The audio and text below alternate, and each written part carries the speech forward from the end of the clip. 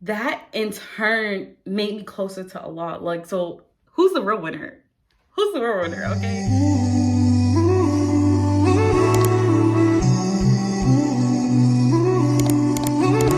Welcome and welcome back to my channel, or welcome to my channel. I'm Anissa. So in today's video, we're going to be talking about, it's going to be the last actually episode of my Ramadan Reflections series. And we're going to be talking about what I've learned. And feel free to comment what you learned this Ramadan and what was your Ramadan takeaway.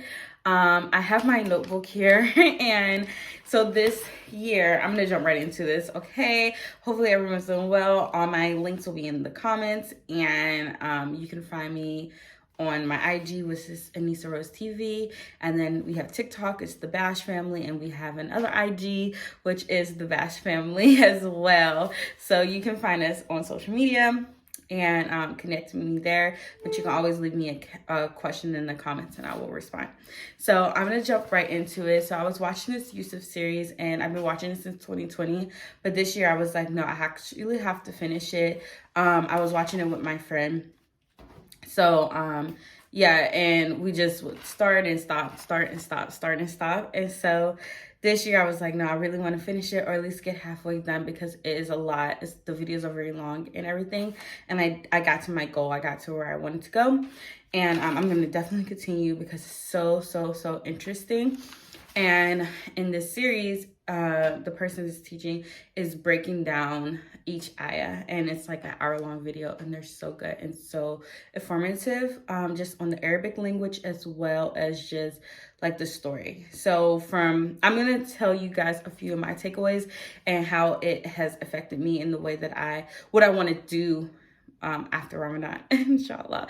So firstly, I personally didn't think I could relate to Yusuf SM or his story whatsoever. Like, my siblings have never tried to like hurt me or I've never been through anything like that. But as he was breaking the lessons down, one thing that I learned is, his father had told him, not to tell like his dream. And I can relate with this. Sometimes you're not supposed to tell people some things. And I can relate with it in a way because I kept my pregnancy secret. I didn't tell many people, and I just didn't feel like to invite negativity into my life, if that makes any sense. But sometimes just now with like the things that are going on with me and the things that I've decided to do in my life, I sometimes have to keep my dreams to myself. And it was like this like, whoa, aha moment. But sometimes we have things placed on our heart that sometimes we know like we're not supposed to tell other people we do. And then there's like consequences that happen after. So that's like one takeaway.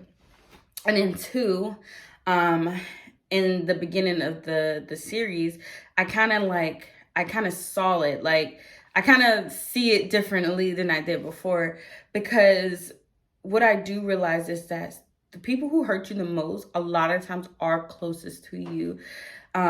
It might not be a brother or sister, but it could be family members. It can be close friends and things like that. And so I could relate to that people who conspire or make plans against you, not necessarily going through those plans, but people will literally sit in a room together and talk mess about you. And like, that's real. That's really real. So I can relate to that. And what I'm taking away from that is to just be aware of it. And then it goes back to, again, jealousy, envy. This is real. These are real things. And may Allah protect us from jealous and envious people. I mean, another thing that I learned. Okay, so now we're going to fast forward because I don't want to, if you want the series, you can get into the series. But the last few things have just been like, whoa, my goodness. Okay. And so I have two more takeaways. My goodness. Okay, so another thing that I took away was, now he was Yusuf is, was taken away, and then the wife, was going after him and everything like that. The wife of the owner that he was enslaved with and he was working for, and he held on. It literally says like the word was like held on to like Allah, like, held on to like his love for Allah, And sometimes, like, she's trying to attack him, she's trying to get him, she's trying to hold on to him, and he's holding on to Allah. Like, I don't know why, but like the imagery in my mind is just like faith is so, it's an internal thing. And in this ayah, it's like there's so many different dialogues. So you have like Allah is also, you know, the having dialogue and things like that, and like it's saying what's in his heart and things. And I want to get to that level. My takeaway is I want to get to that level that when I'm in situations where it's just like just too much, you know, or I even think that it may be too much for me, my immediate reaction is to hold on to Allah, you know, like subhanallah, like, oh, you know, you want to get like that, you know. And it's inshallah, like, we have to understand there's so much in this Quran, in our Quran. And if you're not Muslim and you're watching this, like, I really suggest like just really researching and reading the Quran and watching videos on it, because it's just so deep. Like the words, like when you actually learn like the actual Arabic language and the words and how it, you know, how it is, it's just like, it's so different than even like knowing the translations and things like that. And lastly, where I had left off at in the story is whenever he went to jail, that woman felt like she won, because she said, you know, you don't do what I want, I'm going to put you into jail. And, you know, Yusuf Asanem had actually asked to be put in jail if it was better for him.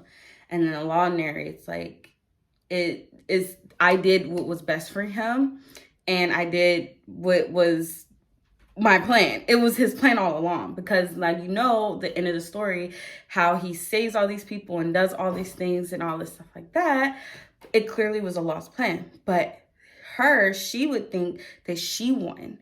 And the person that was teaching said something that was like so powerful to me.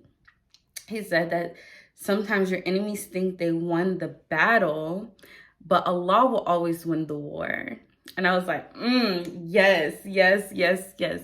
I relate to that so well, because there's been so many times in my life where something that someone wanted bad to happen to me happened to me. But that in turn made me closer to Allah. Like, so who's the real winner? Who's the real winner, okay? If your hardships make you closer to your Creator, you are winning. You won, okay? You won. If your hardships inspire other people, help other people, make your heart softer, even though you went through something so hard and so traumatic, you are the real winner. Come on now. So that was some of my takeaways. I can talk on and on about it. I'll link the series below.